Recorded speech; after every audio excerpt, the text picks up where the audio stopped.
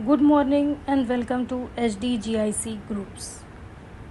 प्यारे बच्चों, हमने हिंदी प्रोज में 3rd चैप्टर कंप्लीट कर लिया था क्लास 10th में। अब हम 4th चैप्टर को कंटिन्यू करते हैं, जो है भारतीय संस्कृति, और इसके लेखक हैं डॉक्टर राजेंद्र प्रसाद। तो सबसे पहले हम लोग डॉक्टर राजेंद्र प्रसाद के जीवन और साहित्यिक परिचय के विषय में जान लेते हैं।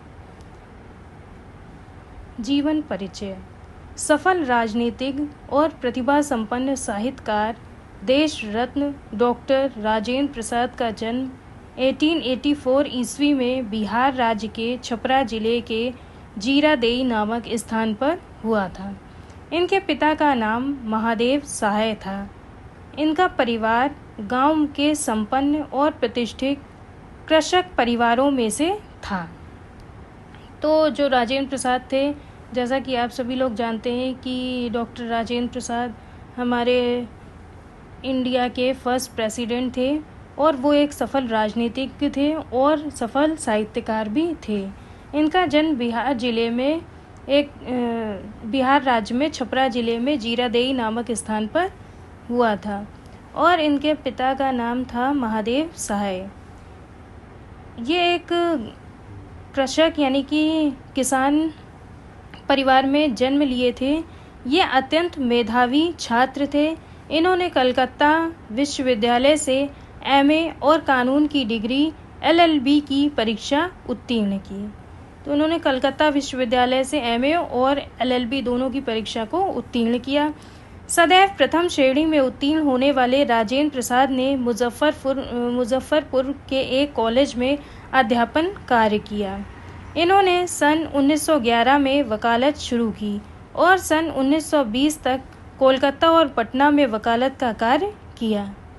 तो सबसे पहले इन्होंने जब परीक्षा उत्तीर्ण कर ली, तो उसके बाद उन्होंने मुजफ्फरपुर के एक कॉलेज में टीचर के पद पर काम किया, और उसके बाद उन्होंने वकालत भी शुरू कर दी। 1911 से 1920 तक इन्होंने अपनी वकालत का कार्य किया। उसके पश्चात वकालत छोड़कर देश सेवा में लग गए। इनका झुकाव प्रारंभ से ही राष्ट्र सेवा की ओर था। सन 1917 में गांधी जी के आदर्शों और सिद्धांतों से प्रभावित होकर इन्होंने चंपारण के आंदोलन में सक्रिय भाग लिया और वकालत छोड़कर पूर्ण रूप से राष्ट्रीय स्वतंत्रता संग्राम में कूद पड़े। तो इन्होंने बाद में वकालत भी छोड़ दी और देश सेवा में समर्पित हो गए। उनके अंदर राष्ट्र सेवा की भावना आ गई और उसके प्रति बहुत झुकाव हो गया।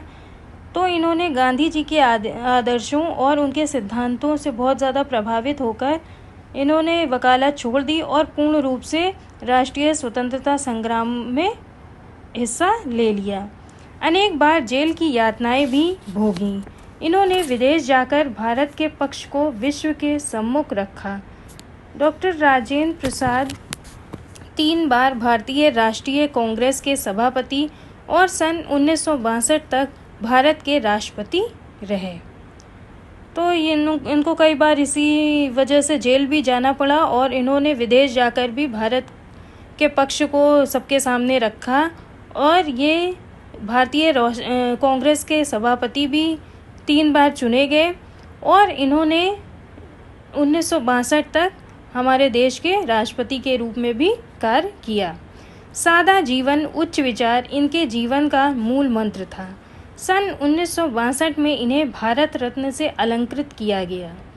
जीवन पर्यंत हिंदी और हिंदुस्तान की सेवा करने वाले डॉक्टर प्रसाद जी का देहावसान 28 फरवरी 1963 में हो गया।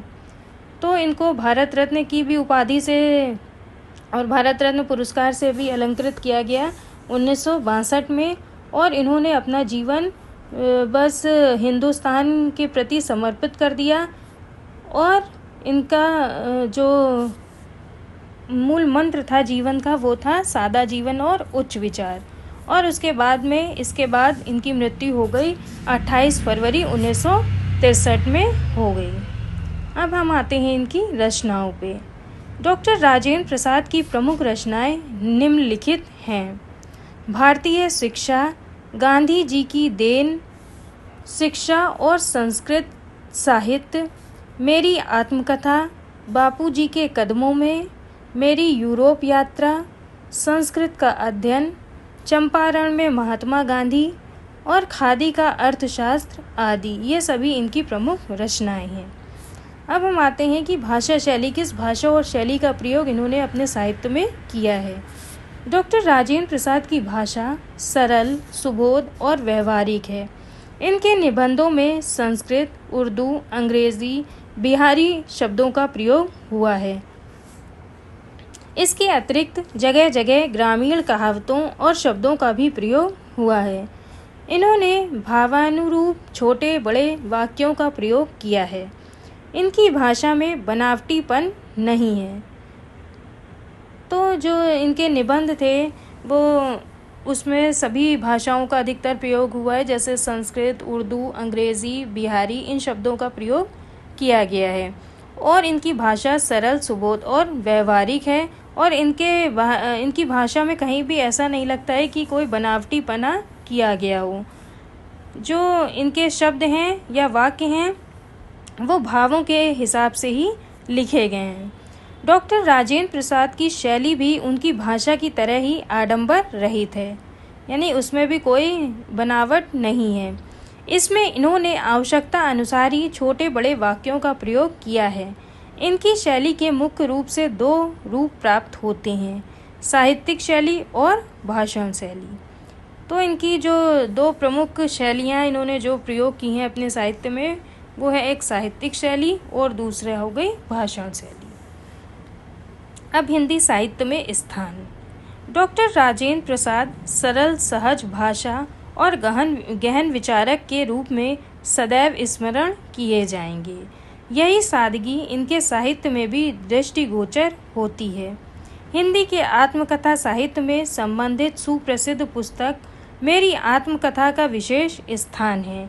ये हिंदी के अनन्य सेवक और उत्साही प्रचारक थे, जिन्होंने हिंदी की जीवन पर्यंत सेवा की। इनकी सेवाओं का हिंदी जगत सदैव ऋणी रहेगा। तो डॉक्टर राजेंद्र प्रसाद जी ने अपनी भाषा से, अपने साहित्य से बहुत ही अच्छी रचनाएं लिखी। और इनका जो सुप्रसिद्ध इनकी पुस्तक थी मेरी आत्मकथा, ये बहुत ही ज़्यादा फेमस हुई।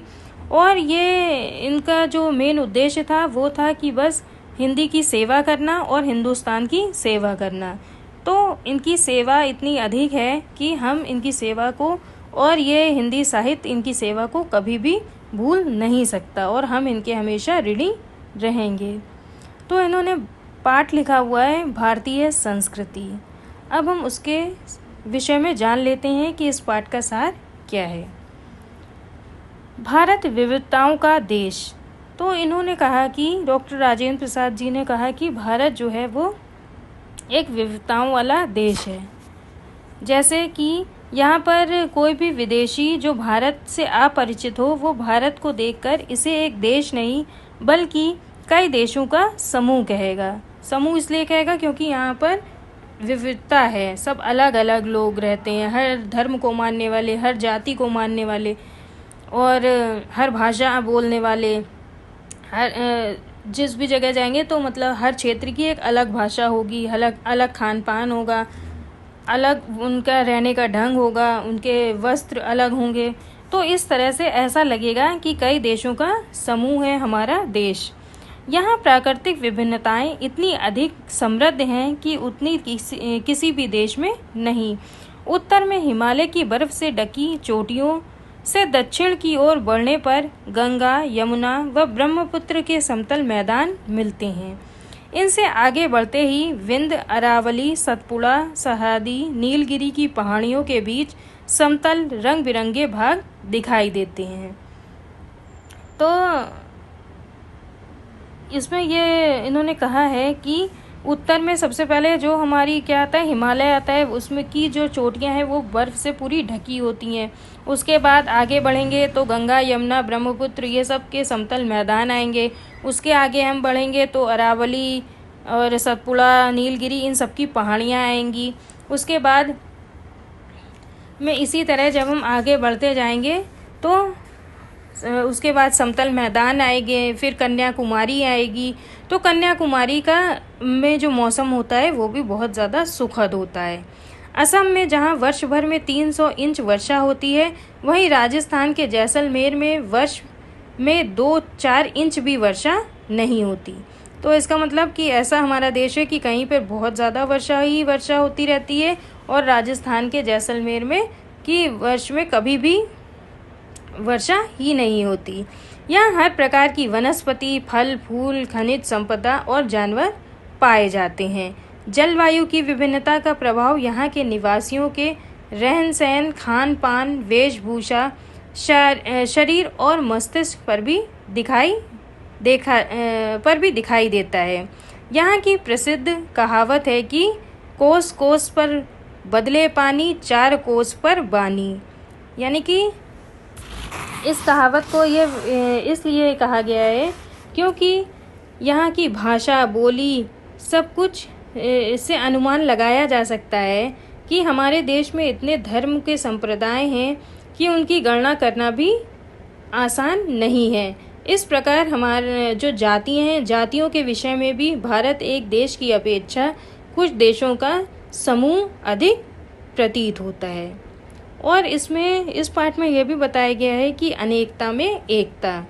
हमारे देश को ऊपर से देखने पर भाषा, धर्म व जाति के आधार पर विभिन्नता ही नजर आएगी, परंतु इसके नीचे फैली एकता और समता की भावना इन विभिन्नताओं को उसी प्रकार समेटे हुए है, जैसे रेशमी धागे में गुथी मोतियों की ऐसी माला जो अपनी सुंदरता से दूसरों को आकर्षित करती है।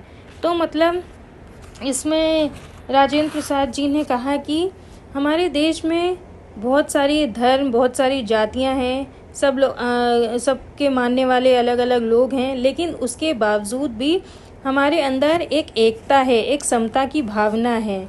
और जिस तरह एक रेशमी धागे में गुथी हुई मोतियां जो होती हैं, वो ऐसी माला होती है जो कि देखने में बहुत ही ज़्यादा आकर्षित लगती है और दूसरों की सुंदरता से स्वयं भी सुशोभित होती है।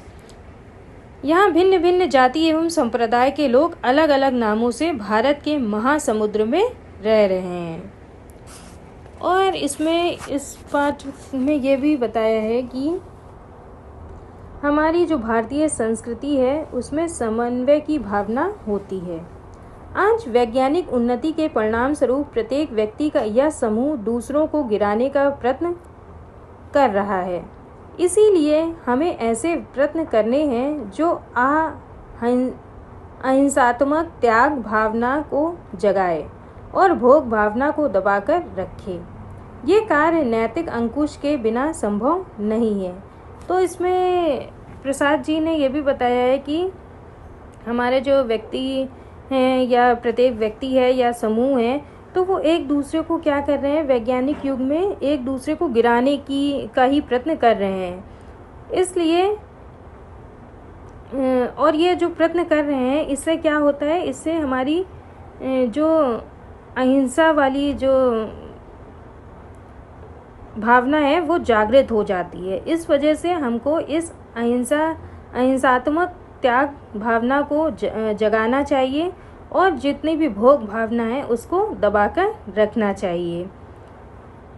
भारतीय संस्कृति को बनाए रखने के लिए प्रत्येक प्रादेशिक भाषा की रचनाओं को देवनागरी लिपि में छपवाया जाए। देवनागरी लिपि, हिंदी जो है वो देवनागरी लिपि में ही लिखी जाती है। तो हमारी जो संस्कृति है उसको देवनागरी लिपि में छपवाया जाए, जिससे उसका आनंद सभी भारतीय ले सकें। इसके अतिरिक्त ऐसी साहित्यिक संस्थाओं की भी स्थापना की जाए जो इन भाषाओं का आदान प्रदान अनुवाद के द्वारा करे। इससे अच्छे साहित्य का निर्माण होगा और संपूर्ण धरती पर भारतीय संस्कृति का प्रचार व प्रसार होगा। नृत्य, चित्रकला, वास्तुकला, गान आदि के माध्यम से एकता को प्रदर्शित किया जा सकता है। भारत भूमि पर स्वर्ग होने की परिकल्पना तभी संभव हो सकती है जब हम सब अहिंसा, सत्य और सेवा के आदर्श को सारे संसार में फैला सकें। तो यही प्रसाद जी का मानना है कि जितनी भी हमारी भारतीय संस्कृति से रिलेटेड जितनी भी बुक्स हैं उसको देवनागरी में छपवाया जाए और उसके लिए बहुत सारे साहित्यिक संस्थाओं की भी स्थापना की जाए, जिससे कि हम इन भाषाओं जो भी हमारा संस्कृति है वो लिखा है तो हम उसकी जिस भाषा में लिखा है अगर हमको वो नहीं पढ़ना आता तो हम उसका अनुवाद भी कर सकें और अपनी भारतीय संस्कृति का प्रचार और प्रसार भी इसी तरह से किया जा सकता है। और वह यह भी मानते हैं कि जब हम सब लोग अहिंसा, सत्य और सेवा को अपनाएंगे तो इस आदर्श को हम सारे संसार में फैला सकते हैं। अब हम इसके फर्स्ट पैराग्राफ पे आते हैं। आज हम इसी निर्मल, शुद्ध, शीतल और स्वस्थ अमृत की तलाश में हैं और हमारी इच्छा, अभिलाषा और प्रयत्न ये है कि वो इन सभी अलग अलग बहती हुई नदियों में अभी भी उसी तरह बहता रहे और इनको वो अमर तत्व देता रहे। तो लेखक यहाँ पर इस गद्यांश में प्रसाद जी ने भारतीय संस्कृति के विषय में बताया है और भारतीय संस्कृति के विशाल सागर में आकर गिरने वाली जाति, धर्म, भाषा आदि नदियों में एकता का जल अमृत की भांति बह रहा है, परंतु आज ये जल राजनीतिक स्वार्थ, आतंकवाद, धार्मिक कट्टरता आदि के कारण मैला होता जा रहा है। हमें आज भी उस अमृत तत्व की तलाश है जो सदियों पूर्व प्रवाहित होता था, जिससे भारतीय संस्कृति को स्थिरता प्रदान की जा सकती थी।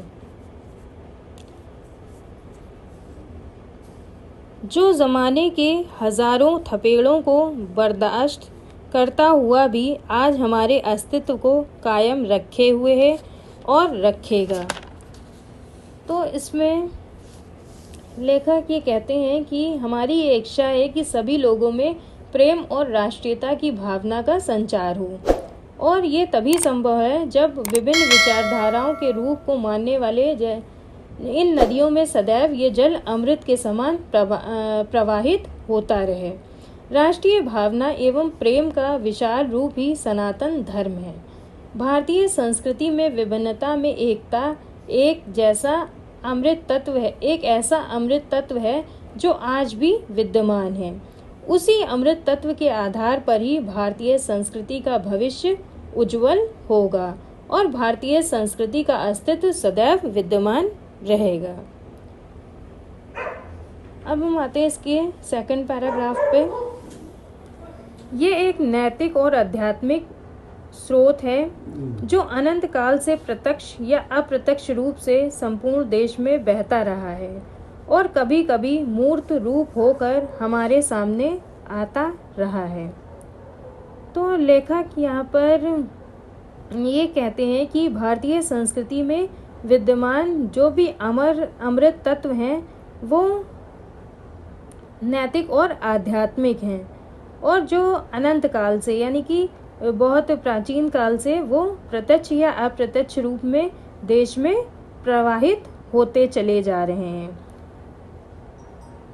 ये हमारा सौभाग्य रहा है कि हमने ऐसे ही मूर्त रूप को अपने बीच चलते फिरते हंसते रोते भी देखा है। और लेखक ये कहते हैं कि हम भारतीयों का ये सौभाग्य है कि हमने अपने बीच चलते फिरते और हंसते रोते हुए महात्मा गांधी के रूप को प्रत्यक्ष रूप में देखा है। महात्मा गांधी ने इस संस्कृति को अमरता प्रदान की है और जिसने अमृतत्व की याद दिलाकर हमारी सूखी हड्डियों में नई मज्जा डाल हमारे मृत प्राय शरीर में नए प्राण फूंके और मुरझाए हुए दिलों को फिर खिला दिया। और गांधी जी ने इस भारतीय संस्कृति को अमरता प्रदान की है और इनके माध्यम से ही भारत को उसकी अमरता का हम फिर से पाठ पढ़ा सकते हैं या फिर से हम उसको ज्ञान दे सकते हैं। इन्हीं के मूर्त रूप के परिणाम स्वरूप निराशा से मुरझाए हुए मन में भी आशा को हम फैला सकते हैं। और मुरझाए हुए दिलों को फिर खिला दिया। वो अमृत सत्य और अहिंसा का है, जो केवल इसी देश के लिए नहीं, आज मानव मात्र के जीवन के लिए अत्यंत आवश्यक हो गया है। और ये जो हमारी सूखी हुई हड्डियां हैं, उनको अमृत तत्व की स्मृति या उसको याद दिलाकर उसमें नई मज्जा प्रदान की है। सत्य और अहिंसा के तत्वों ने भारत को नवजीवन और ताजगी प्रदान की है। और यहीं पर हम इस वीडियो को एंड करते हैं, क्योंकि ये लेसन थोड़ा बड़ा है। आई होप कि आपको ये लेसन अच्छे से समझ में आ गया होगा। इससे रिलेटेड कोई भी क्वेरी, क्वेश्चंस है या कोई भी प्रॉब्लम है तो आप उसको कमेंट बॉक्स में लिखकर पूछ सकते हैं। अब हम मिलते हैं नेक्स्ट वीडियो में, इसी को कंटिन्यू करेंगे। Till then take care, good bye. आप इस चैनल को सब्सक्राइब ज़रूर करें और वीडियो पसंद आए तो लाइक ज़रूर करें। धन्यवाद।